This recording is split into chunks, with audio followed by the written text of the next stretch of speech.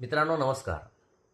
संत तुकाराम महाराजांचा एक अभंग, आनंदाचे डोही आनंद तरंग, आनंदची अंग आनंदाचे.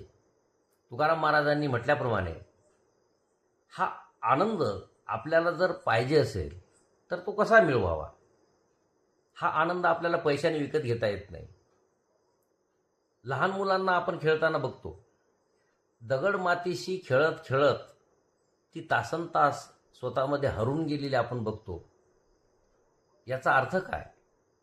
तर या मुलांना भविष्याची चिंता नसते आणि म्हणून ते वर्तमानातला आनंद शोधत असतात किंवा त्यांना तो सापडतो. आपल्याजवळ एवढी अत्याधुनिक साधनं असतात, बँक बॅलन्स असते, पैसा असतो आपल्याकडे, परंतु तरीही आपल्याला त्या लहान मुलांप्रमाणे तो निर्भेळ आनंद प्राप्त करता येत नाही. याचा अर्थ काय? तर आपण करीत असलेली भविष्याची चिंता.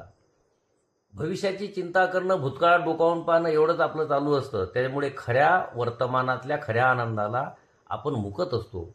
भविष्याची नाहक चिंता करत बसण्यापेक्षा वर्तमानातला खरा आनंद शोधण्याचा प्रयत्न करावा, की ज्यामुळे आपलं जीवन आनंदी होऊन जाईल.